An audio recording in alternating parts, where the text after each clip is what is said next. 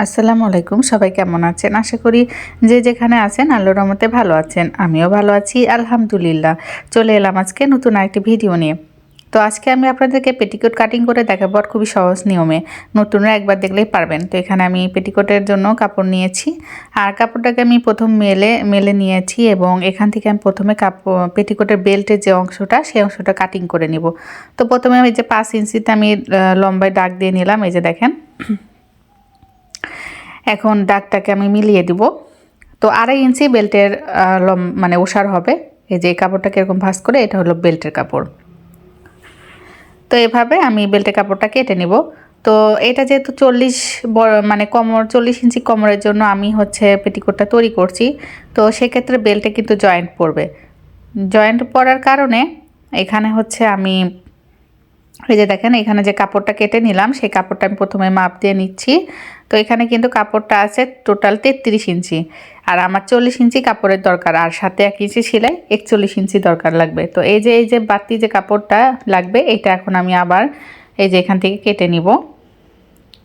তো তার আগে কি করব, আমি পেটিকোটটা কাপড়টাকে 4 ভাঁজ করে নিয়ে দেখব আসলে পেটিকোটের লম্বাটা কত হবে। মানে এখন যে কাপড়টা আমি কেটে নিয়েছি, কাপড়টা কেটে নেওয়ার পর টোটাল লম্বাটা কত আছে।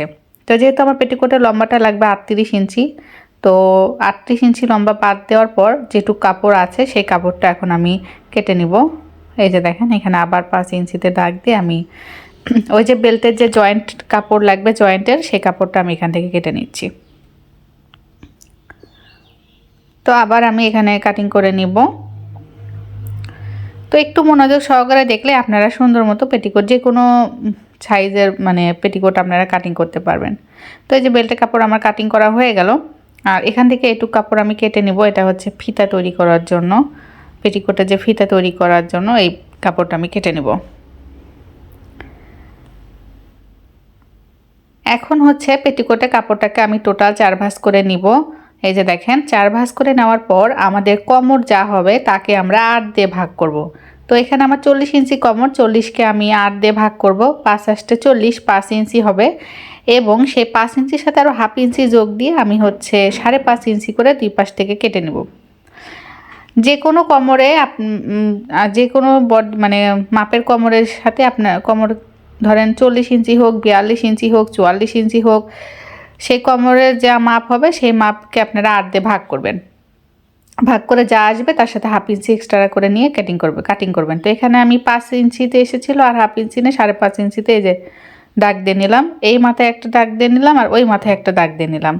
দেখেন, একটা খোলা পাশে দাগ দিয়ে নিলাম, একটা বন্ধ পাশে দাগ দিয়ে নিলাম। নেওয়ার পর টেস্টা করে এই দাগটাকে এখন আমি মিলিয়ে দিব। এই যে দেখেন,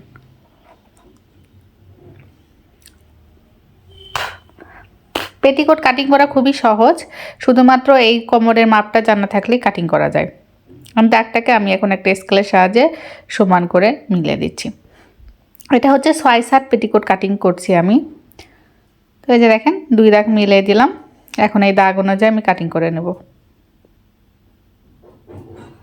তো একটু ভালো করে লক্ষ্য করলে সবটা আপনারা বুঝতে পারবেন। অনেক সময় বলে বোঝানো যায় না, দেখে বুঝে নিতে হয়। তো সেরকমটা আর কি। এই যে দেখেন, কাটিং করে নিলাম। এখন এখানে একটা জয়েন্ট আছে, এই জয়েন্টটা কাটিং করে নিব, আর এই পাশে আরেকটা জয়েন্ট, এই জয়েন্টটাও আমি কাটিং করে নেব। তো যারা আমার ভিডিওটি দেখছেন তারা প্লিজ আমার ভিডিওতে লাইক করে দিবেন, আর আমার চ্যানেলটি সাবস্ক্রাইব করে আমার পাশে থাকবেন। যারা অলরেডি কাজটি করে দিয়েছেন তাদেরকে অসংখ্য অসংখ্য ধন্যবাদ।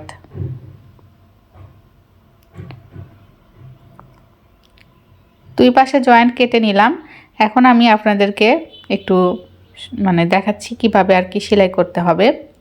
তো এই যে আমরা এখানে টোটাল আমাদের যে কাপড়ের পাট, বড় ওষার যে কাপড় সেটা 2টা পাট বের হয়েছে, আর ছোট কাপড়ের হলো 4টা পাট বের হয়েছে। তো এই ওষার কাপড়টাকে মাঝখানে রাখবো, আর ছোট 2 পাটের কাপড়টা 2 পাশে রাখবো।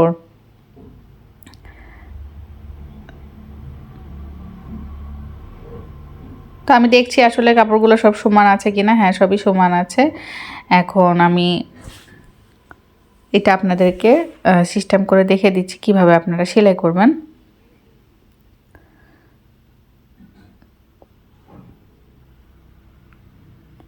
তো আসলে